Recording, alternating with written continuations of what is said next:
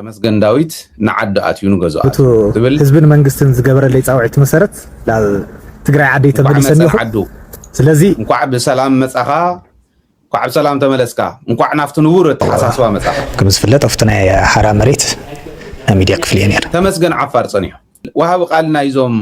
ሸፋት ኮይኑ ጸኒሑፈላለየ መንገዲ ተሸዊድና ናብ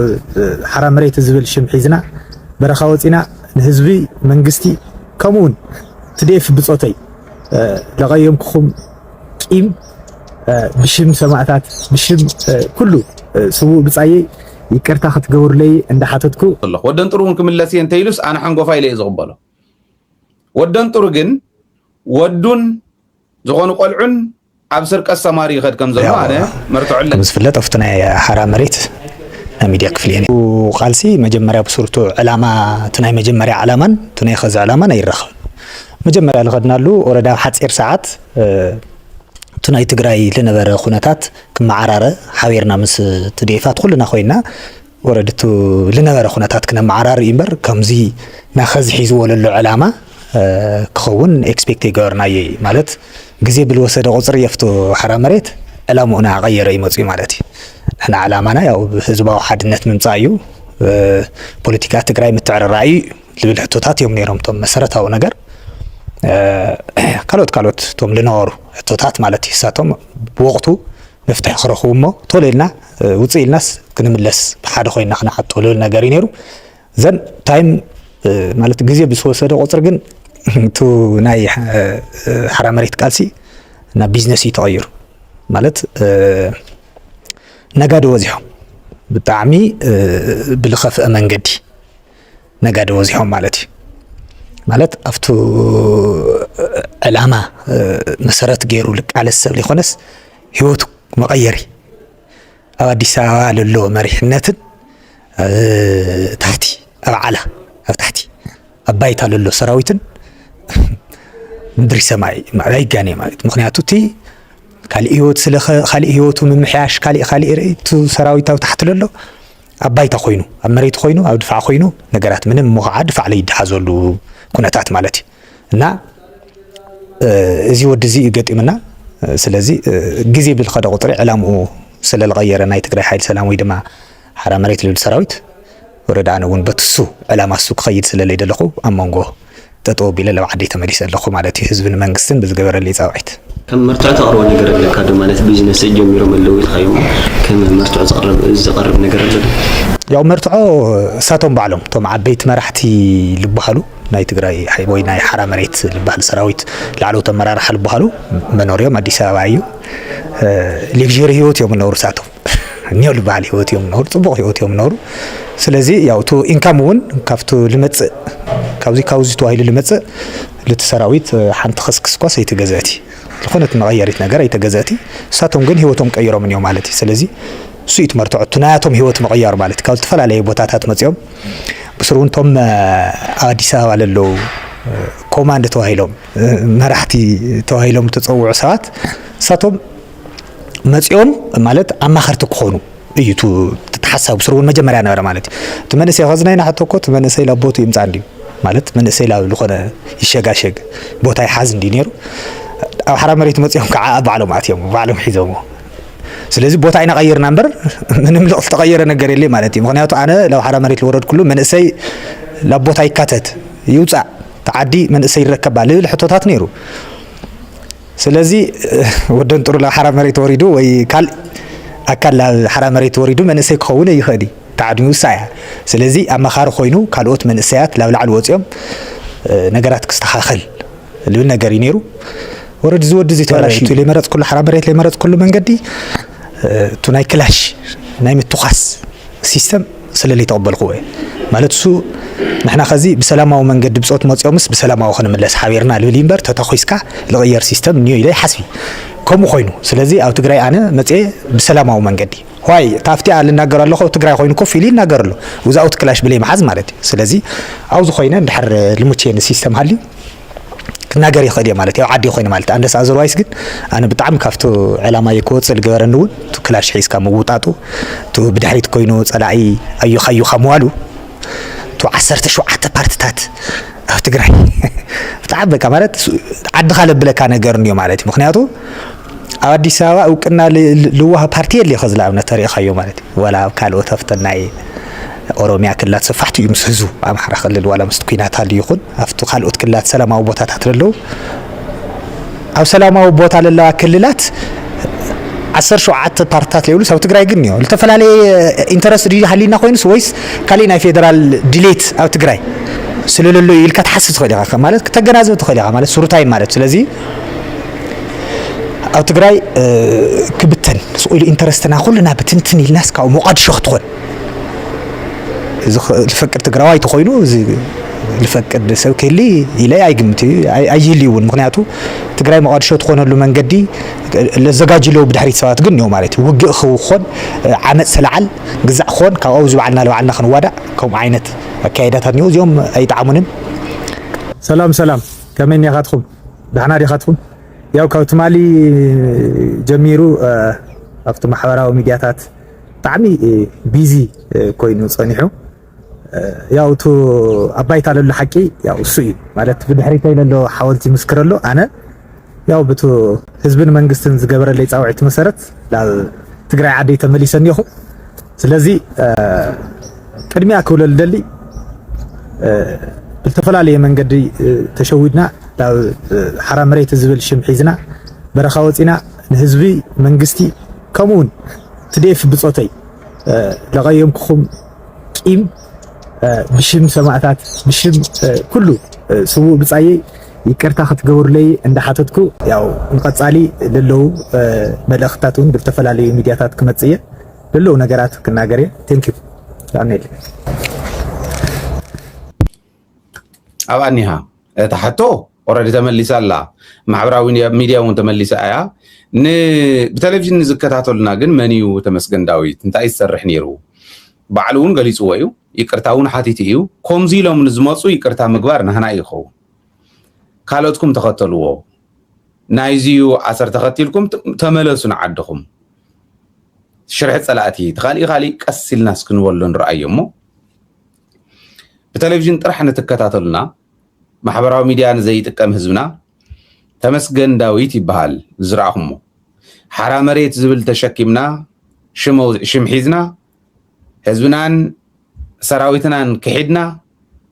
ወፂና ዝነበርና ኢና ተሸዊድና እዩ ዝብል ተሸዊድና ወፂና ነርና ሕዚ ግን ምስ ተረዳእና መንግስቲ ብዝገበሮ ፃውዒት መሰረት ተመሊሰ ኣለኹ ይሄው ሓወልቲ መቐለ ሓወልቲ ሰማዕታት መቐለ ኣብ ድሕረይ ኮይና እኒሄ መርትዖ ኣብዚ እኒሄኩም ይብለኩም ኣሎ እንታይ ማለት እዩ እቶ ኣብ ሶሻል ሚድያ ዝነበረ ምድንግጋር ኣነሲ ኣብ መቐለ እኒኹ ዓደይ ኣትየ ኣለኹ ብዝተገበረለይ ፃውዒት መሰረት ዓደይ ኣትየ ኣለኹ ኣይትደናገሩ እንዲ ዝብል ዘሎ ንሕና ኦልሬዲ መረዳእታ ምስ በፅሓና ኣረጋጊፅና ቅድም ኢልና እውን ሕሊፍናያ ስለ ዝነበርና ንዕኡ ክወስኽ ኢለ ኣይኮነን ተምድንግጋር ኣብ ሶሻል ሚድያ ዝነበረ ግን ካብ ምንታይ ዝመፀ እዩ ዝብል ክንፈልጦ ካልኦቶም ናይ ተመስገን ዓሰር ተኸቲሎም ኣርኣያ ተኸቲሎም ዝመፁ እውን በሪ ክፍት ምዃኑ ንምቕማጥ ኢለ እየ ሕዚ እዛ ፕሮግራም እዚኣ ክሰርሓ ወሲነ ለዚ ቁፅሪ ሓደ እቶም ዘደነጋግሩ ዝወዓሉ ናይ ቀደም ቪድዮ እንዳለጠፉ ናብዛ ናተይ ጎኒ ጎኒ ገይሮም ሃተውተው ኩሉ ዝወዓሉ ይሄው ኣብ ኣኔትልኩም መቐለ ኮይነሲ መልእኽተይ ይሕልፈልኩም ኣለኹ ይብለኩም ኣሎ እሞ ንምንታይ ተደነጋግሩ ሓቂ ምውፁእ ዘይተርፎ ንምንታይ ኢኹም ነገራት እናቆላለፍኩም ፀረ ህዝቢ እናኾንኩም ትኸዱ ዝብል ሕቶ ይኽዶም ይብፃሕ እዩ ካልኣይ ፀላእቲ ህዝቢ ትግራይ ሪኢኹም ክንደይ ገይሩ ይኾን ተመስገን ምናልባሽ እንተኽኢልና ኣብ ሚድያና እውን ከነቕርቦ ኢና ብርግፅ ኣብ ደደቢት ዘይቀረበ መን ክቐርብ ዳ ናብ ዩቱብ እንተኮይኑ ኣብ ዩቱብ ናይ ዩቱብ ምምፃእ እንተኮይኑ ክኸይድ ይኽእል ናብ ካሊእ ብቴሌቭዥን ግን ንህዝቡ ይቅርታ ክብል እንተኮይኑ ደደቢት ቴሌቭዥን ያታ ህዝብኻ ዝሪኣ እሞ ንዓይ ለዓዲመ የለኹ ስልኩ ስለዘይብለይ ስልኩ ዘለኩም ስለድለይ ደው ኢለ ከቕርቦ ክእል እየ ከቕርቦ እውን ንደሊ እየ ንኻልኦት እውን ትምህርቲ ክህብ ምእንታን ሕዚ ተመስገን ዓፋር ፀኒሑ ኣብ ዓፋር ፀኒሑ ጥራሕ እንተይኮነ ዓፋር ኮይኑ ሓራ መሬት ዘለና ከምዚ ኢና دوعوا خنبل عينا تግራይكم ዝንገብር አይና ኢሉ ቃል ወሃብ ቃልና ይዞም ሸፋቱ ኮይኑ ጸኒሑ حقو ይቅርታ ስለ ዝበለ ኣነ ይቅርታ ኢለ የለኹ ዝውን ይቅርታ ክብሎ እዛ ሓተት ልባው ዝኾነ ይቅርታ ሓቲት እንተኮይኑ እንኳውን መፀን ዓዱ ከም ኢሎም ካልኦት ተኸቲሎም ክመጽለዎም ዝብል ሕቶውን ይዘለኒ ግን ልብ ኾነኩም አንቱም ካልኦትኩም አዲስ አበባ ሃሉ ሰቆጣ ሃሉ ጸለምታ ሃሉ ዓፋር زيركم تحقي تهزواو النتيا تهزواو متكليا زيركم ناف تحق ممصاخم يترفكم ناف هزوكم ممصاخم يترفكم مخنياتو حدا هزواو متكل بزخونه يكون ملكعو كنددلايو ششون تخونه سراويت هزواوي متكل اندحر زيبل خوينو هزواوي حتو زي حزن اندحر كوينو كسعر يخل يلن اب عالم أي نبرن يلن كلون أيغلن سلازي تماليسكونا هزمهم ممساهم زي ترفكم ولا تقم انتهالي انت السريق كان تسيل كاخمتو ودن تروز قورو زلو سيلا يكون انزو قصة زلو ودن ترو منكم اللاسي انتيلوس انا حنقو فايلي ازغبالو ودن ترو جن ودن زغانو قلعن عبسر كالسماري خد كم زلو انا مرتو علني እዚአን ጌጋኤን ነረን ኢሎም ተተመሊሶም ንሰሙን ንቀበሎም ባህሊ ንሕናውን ናይ መቅባል ከቅበል ዝኽእል አንደበት ይሃልወና ርግዕልና ንራአዮ ኩነታት መቅባልናን ዘይ መቅባልናን ከምጾ ዝኽእል ናፍቲ ዓዲ ናፍቲ ህዝቢ ንራአዮ ንሰሙን ዘይሮም ናብ ዓዶም እንድሕር ኮይኑ ክንደይ ግዜ ጥፊሉ ተመስገነ በአ ኮይኑ ክንደይ ግዜ ጥፊሉ ክንደይ ወርሕ ገይሩሎ كندينا إذا أكل فتنا خوينا ما نعدي شفتها فتناي شفاتو نيرم يوم قدمون ويانا ندرج مستعرت دحرنا بشفتها مقراي هذه باندا يبالو نيرم سر باندا شيما بعل شالك حدش حزمه سلمتن يخو ناي ما يصبر تصادو غزعدو خوينا لو خذولنا زلو سر باندا يم نيرم سر شفتها سر شفتا غيرا شفاتو اريا تግራይ عدي بخمز إذ محدر نير جن فتنا إنير شفتا ناي تصتا فتنا إنير كندي من الشاق كندي وينتي بشفات تقاتلهم يوم إحنا ون عسرت زخونو سينا لنا بط حدا وجن ون زنورتهم شفتون تجاريو بو ون سينا سلازي نعدهم مملاسكم يترفقكم هزواو متكل كل جزء سعراي سلازغنا هزواو متكل سعيرو نايلو بوز جبر الشفتاري إنا سلازين فلت تملسو عدهم يتقصلو يكرت حاتي تلا تمسجن يكرت أخذوا لا تجراي ونفلتيو هزو تجراي يكرت أخذوا ليو منم ترى يقولون مور نهزو خعب تلفزيون قريوي كرت أخذوا وزي قات أمي عدي ما يلهو مقعب سلام مسخا قعب سلام تملسكا مقع نافت نور تحساسوا مسخا نافت تجراوي تحساسوا مقع مسخا أنتم مسكع حز زي تردأكم نتجراي تقصلوا زلهم جن يكرتا موالكم نعدهم مملاسكم فسوا ما يترفن مغنياتو هزواو مسمر يسعر هزواو متكل يسعر كندز حمق انت حمقه اب هزواو متكلو زلو ودي قوي ودقن هزبي زلعلو شفتنت جن اب تاريخكم ولا حد صار تكون صلام تاريخ كي تصحف حزون تانا يكرتا غزي توهيواتكم دهلو تملسوا هزب تግራይ መንግስት ትግራይ ደጋጊ መቅሪቡ ሕጅውን ቅድሚ ተወሰነ ደቃይቅ ምስሙል ከተማ አካላት ይዘራረብ ነይረ ጻውዒ ተቅርብ ዘለኻየ ኢሎም احنا ون قريبنا عينا قد محز قريبهم يوم حزون يقربوا لكم الله መንግስት ትግራይ ህዝብ ትግራይ ጻውዒ يقربوا لكم الله كما يزولوا تغارو تግራይ ክትዕንበበሎም ትግራይ ፈተናታት ከይገጥማ ፈተናታት ከተወግድ ዝደሊ ተጋሩውን ጻውዒት يقربوا لكم الله اب حرا مريت رب كالي إلنا تبلو አዲስ አበባ ሃሉ ወብካሊ ሃሉ ዓድኹም እተው ሕዚ ዓድና ፈተና ኮይና ንዕንቅፈሉ እንተይኮነስ ንዓድና ነታ ትግበር ዘላ መኸተ ተወሰነታ ትከኣለና እታወት ወሲኽና ንቅድሚት ነሳግረሉ ግዜ ስለዚ ተመስገን እንኳዕ ደሓን መጻኻ አንቱም ካልኦትኩም ውን ተኸተልዎ ብኽልተ ምኽንያት የለኩም حدا مملاسكم يترفقكم من هزواو مسمري يسعرن مو نمنتاي تصلولو تخدنو تاريخكم نمنتاي تصلولو تخدنو وعدكم نمنتاي تقصلوا وعدكم تمسكن 6 ورح صنيحين تخوين 6 ورح فتنا خوين وان تግራይ እምበር ንትግራይ ዝፈየዳ የለ ይቅርታ ኢሉ ሞጽ ይሕዝ ግን ክኸሕሲዩ ርግጸኛ እየ ምክንያቱ ሪኡ አሎ ታበደል ይቅርታውን ሓቲትላሎ ከምኡ ምዃንኩም ይተርፈኩም ህዝባዊ መስመር ስለዘይሳዕ ካልኣይ ጸላኢ ናይ መወዳእታ እንተበጽሑ ክርሽነኩም ንኽእል ከጥፋአኩም ንኽእል ግሒጡ ናፋን ንኽእትወኩም ንኽእል ከዋገእኩም ንኽእል ምስ ኦላ ከዋገእኩም ንኽእል ከምልጡ ይኽእሉ እዮም እንተይልኩም ከኸዱ ይኽእሉ እዮም እንተይሉ ምስ ጸላእ ከዋግኣኩም እዩ ተዕላማ እውን ንስ እዩ ምስ ሻዕብያ ከዋግእ ምስ ፋኖ ከዋግእ ምስ ኦላ ከዋግእ እዩ ንሕና ምስ ሻዕብያ ይንዋጋእ ታይቲና ሰላም ኢልና ዶ ንሰርሖ ኣለና ሰላማዊ ጽምዶ ዶ ንገብር ኣለና ንሱ ኢላ ንቕጽል ከመይ ገርና ንከሓሓስ እውን እንተደልዲላ ንስኹም እንተመፂኹም ንሕና እንተ ተቐቢልና ተሸፊቱ ዝነበረ ናፍቱ ኣብ መስመሩ ዝነበረ እንተ ተሓዊሱ ተም መስመሩ ዝነበረ እውን ተሸፊቱ ዝነበረ እንተ ተቐቢሉ ሓድነትና ከምታ ኩሉ ግዜ ዝብላ ብተሓታትነት ዘጥፈአና ተሓተተ እከለይትን ክእዎ እከለ ንኽእዎ እንዳበልካ ኣይኮነን ሕጊ ስርሑ ይሰርሕ ንሕና እውን ስራሕና ንሰርሕ ከም ተጋሩ ሓድነትና ጽኒዕና እንተኸይድና ካሕሳና ክንረክብ ኢና ድልድልቲ ትግራይ እውን ክንምስረት ኢና ኣይትጠራጠሩ ትግራይ ከመይ ትምስረት ዝብል እስቱ ሮድማፕ ተወደይ ከምዚ ክበሃል ዲነር ወይ ባህልን ዘይግድስ ዝወፀ ነገር እውን ስለዘየለ ተወደይ እዩ ወረዲ ትግራይ ከመይ ትምስረት ዝብል ኣብ ኢትዮጵያ እንዳደመና ክንነብር ኣይንኽእልን ወዲ መድን ሰሚዕኹም እዮ ሰኢሉ እንዳፈጠረ ይኮነን ዝዛረብ ነይሩ ታቃልሲ ንሳ ስለ ዝኾነት እያ ገብረ ዓዴት ሰሚዕኹም እዮ ከይልካ ፈጠራ ይነበረ ንሰን ስለ ዝኾነ ንሕና ንኢትዮጵያ ግዲድና ውፁ ኢላ ስለ ዘግደደትና ተገዲድና ክንወፅእ ይኮነን ስለዚ ኣመነትልና እንዳበኸና ክንወፅእ ይኮነን ኣብ ወፃፃ ሕጊ ኣለዎ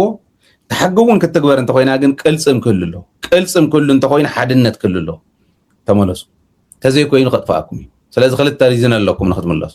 ሓደ ዓድኹም ካብ ምድማይ ወፃኢ ስኹም ኣይትጥቀሙ ዓድኹም ኣይትጥቀም ኦኬ ካልኣይ ኣብይ ኣሕመድ ናብ ፋኖ ናብ ኦላን እንተይተወኩም እንተይጠፋእኹምና ተመለሱ ተጥፋእኹም ያኽለኩም ተመለሱ ባህል ያን እዚ ምክራሓውኩም እዩ ለዚ ዘይክትቅበልዎ ትኽእሉ ኢኹም ገለገለ ከሽፈሉ እውን ይኽእል እዩ ቪድዮ እንዳቆረፅሁ ምልእ መዓልቲ ተመስገን ኣይተመለሰን ሃይለ ይሕሱ እዩ ዘሎ ይብሉ ነይሮም ኣብኡ ኒየካ እምበዓር ተመስገን ባዕሉ መፅእ ኣለኹ ንዓደይ ተመሊሰ ኣለኹ ኢሉ ኣሎ ኣብ ጓዕዳ ሓመፃኻ ኢለ የሎ ተሓታትነት እንረጋግፀሉ ካሕሳን ንረኽበሉ መንገዲ ኣየና እዩ ኣብዚ እውን ክንፃላእ ይግባእን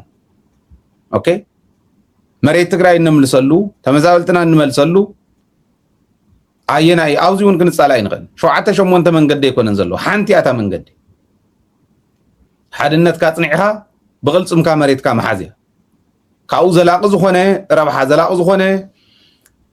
ህልውና ክህልዋ ተዓዲ እንድሕር ኮይኑ ክትለምዕ ሰላም ክትረክብ እንተኮይና ነፃ ሃገረ ትግራይ ትምስርተሉ ሮድማፕ ክሊር ዝኾነ ሮድማፕ ክህልወካ ኣለዎ ነዚ ዝመርሑ ዓቕሚ ዘለዎም ሰባት እውን ክተቕምጠሉ ክትክእል ኣለካ እዩ ኣብዚዩ ኢና ክንከራኸር ዘለና እዚ ከዓ ብብረት ኣይኮንና ንፈርዶ ብቢሮ እዩ ከፍ ኢልካ ኣብ ጠረጴዛ እዩ ስለዚ እዚ ክንገብር ስለ ዘለና ንዑ እስካዕ ሕዘብ ዕብዳን ዝነበረ ዋላቶም ዘጨፍጨፉና ምስ ፀላእቲ ኮይኖም እንተኾነ መፅኦም ይቅርታ ኢሎም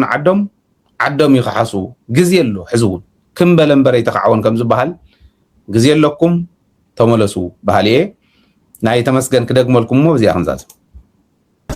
ሰላም ከመይ ኒኻትኩም ደሕና ዲኻትኩም ያው ካብ ትማሊ ጀሚሩ ኣብቲ ማሕበራዊ ሚድያታት ብጣዕሚ ቢዚ ኮይኑ ፀኒሑ ያው ቱ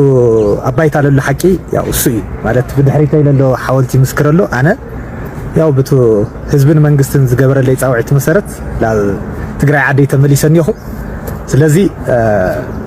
ቅድሚያ ክብለሉ ደሊ ብዝተፈላለየ መንገዲ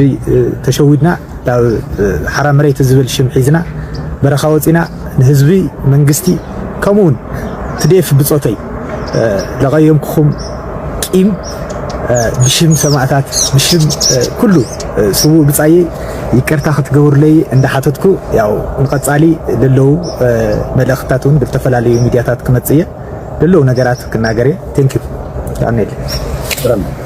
እንኳን ሰላም ተመለስካ ካልኦትኩምን ተከተልዎ እዚዩ ናይ ትግራዋይነት መለክዕ ኾን ክኽለሎ ጌጋ ሰቢጋገይ ተጋጊዩ ስሕታን መዓልቱ ዒለ ኢሉ ሰብውን የጠፍኡ ኮይ ጌጋዮም ተጋጊዮም ክሕተት ዘለዎም ተሓታትነት ይንፍራሕ ሃይለ ተሓታትነት ዘኽትል ነገር ሰሪሕ እንተ ኮይነ ትግራይ ከኣቱ ከለኹ ሕጊ ትግራይ ከሓተኒ ድሉ እያን ብሕጊ ግን ብስርዓት ኣተሓትታ ንሕተት ተሓታትነት ግን ይንፍራሕ ስለዚ አንቱም በዲልና ኢና ብዙሕ ስለ ዝበደልና ትግራይ ተቀበለና እንትብሉ እውን ክትሓተኩም ከላ በታት ምጥና በተሕጊ ትብላ እምበር ማንም ኣብ ልዕሊኹም ሕንሕነ ክፈዲ ክዋፃእ ዝኸይድ የለን ኣብ ካሊእ እውን ኩሕነ ይተዋፃና ዘዋፀና ሰላም ስለ ዝኾነ ስለዚ ህዝብና ሰላም ንፍጠረሉ ተመለሱ ናብ ልብኹም ተመለሱ ካልኦትኩም እውን ኣዲስ ኣበባ ሃሉ ካሊእ ሃሉ ንምእታው ሞኹም ዝኸይብሉ ትብሉ እንተሃሊኹም ኣነ መንገዲ ክኾነኩም ክእል እየ ንሽምግልና ቀለልቲ ኣይኮና ዓዲ ንምምራሕ ቀለልቲ ኣይኮና ዓይን ስነፍ ዓይን ንዓዓቕ ተኸባቢርና ብደንቢ ታ ትግራይና ከመይ ገርና ኢና ንቅድሚት ክንወስዳ ዝብል ክንዱእ ዝኣክል ትግራዋይ ዝኾነ ተሓሳስባ እንተሃሊኩም መንገዲ ንምኽፋት ንምምችቻው ኣብ ውሽጢ ክመፅእ ዝኽእል ነገር ስጋኣትኩም ምእላይ ኩሉ ኣንቱም ኣዲስ ኣበባ ዘለኹም ኮንኩም ኣብ ካልኦት በረኻታት እኒኹም ንኽትመለሱ ጥራሕቲ ውሳነ ወስኑ እምበር ኣብ ጎንኹም ኮይና ዓድኹም ክትቅበለኩም ይቅርታ ኢልኩም ክትኣቱ ይቅርታ ጌራ ክትቅበለኩም ከንገብር ንኽእል ኢና ንሱ ስለ ዘዋፀና ስለዚ እዚ ፅቡቕ መልእኽቲ እዩ ናይ ተመስገን ፅቡቕ መርኣያ እዩ ንኻልኦት እውን ርግፀኛ እየ ፅቡቕ ሞዴል ኮይንዎም ካልኦት እውን ተኸቲሎም ከም ዝመፀው ቀረባ ኣይጠራጠርን በዚ ኣጋጣሚ ነቱ ትዕግስቱ መወዳእታ ዘይብሉ ክንዱእ ልክዕ ከዓ ጅግንነቱ መወዳእታ ዘይብሉ ቲዲኤፍ ሳላ ትዕግስቲ ከዓ እንተነኣሰ ሓደ ሰብ ብሂወት ተመሊሱሎ ብሂወት ሳላ ትዕግስቲ ሰራዊት ትግራይ ሓየት ሰራዊት ትግራይ ብታሕቲ ሃሉ ላዕሊ ሃሉ ብየማን ሃሉ ፀጋም ሃሉ ብዘየግድስ ብረት ሒዝካ ኣብ ድፋዕ ናይ ምንባር ኣመል ሃሊኳ ድሌት ሃሊካ ኣይኮነን ዓድኻ ማንም ክደፍራ የብሉን ኢልካ ናብራኻ ሂወትካ ገዲፍካ ኣብ ድፋዕ ብለይቲ ብቁሪ ብቀትሪ ብፀሓይ ክረምትን ሓጋይን ማይን ቁርን እንዳተፈራረቑኻ ሕዚ እውን ኣብ ድፋዕ ዘለኻ ዓድኻ ከተኽብር ኣብ ድፋዕ ዘለኻ ሰራዊት ትግራይ ክብሪ ንዓኻ ንስኻ ስለ ዘለኻ እምበር ህዝቢ ትግራይ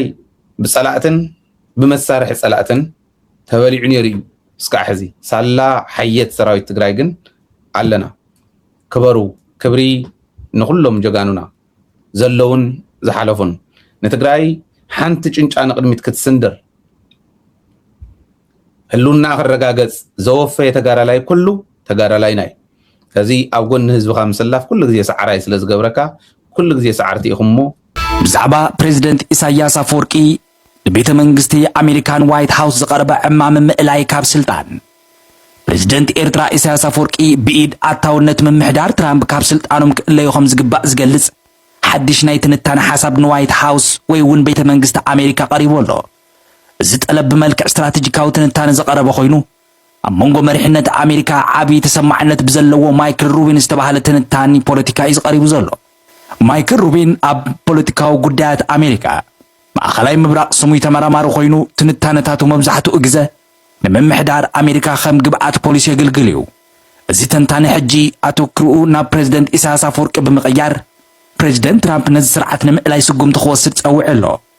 ማይክል ሩቢን ነዚ ሓሳብ ዘቕረበሉ ምክንያት ክዝርዝር ከሎ ድማ ንኤርትራ ሃገረ ቤት ማእሰርቲ ፕሪዝን ስቴት ክብል ይፀዊዕዋ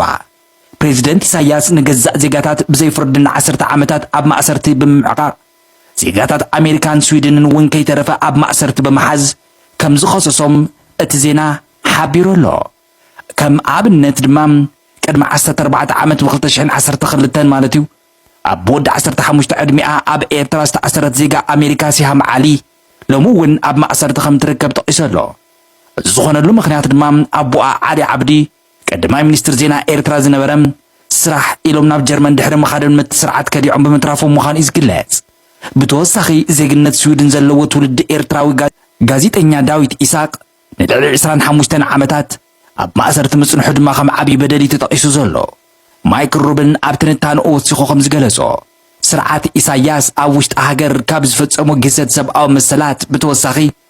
ንተቃወምቲ ዝተፈላለያ ሃገራት ብምዕቋብን ወታደራዊ ስልጠና ብምሃብ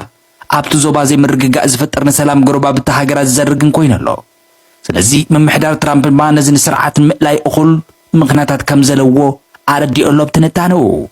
እዚ ትንታነን ፕሬዚደንት ትራምፕ ግዜ ከየጥፍአ ናብ ስጉምቲ ከኣቱ ዘተሓሳስብ እዩ። ፕሬዚደንት ኢሳያስ ቅድሚ ዓመት ምስ ምምሕዳር ትራምፕ ዘለዎ ዝምድና ንምምሕያሽ ድሌት ከም ዘለዎ እንተገለጸ እውን ኣብ ዝቐረባ ግን ነቲ ምምሕዳር ክነቅፍ ተሰሚዑ ኣሎ።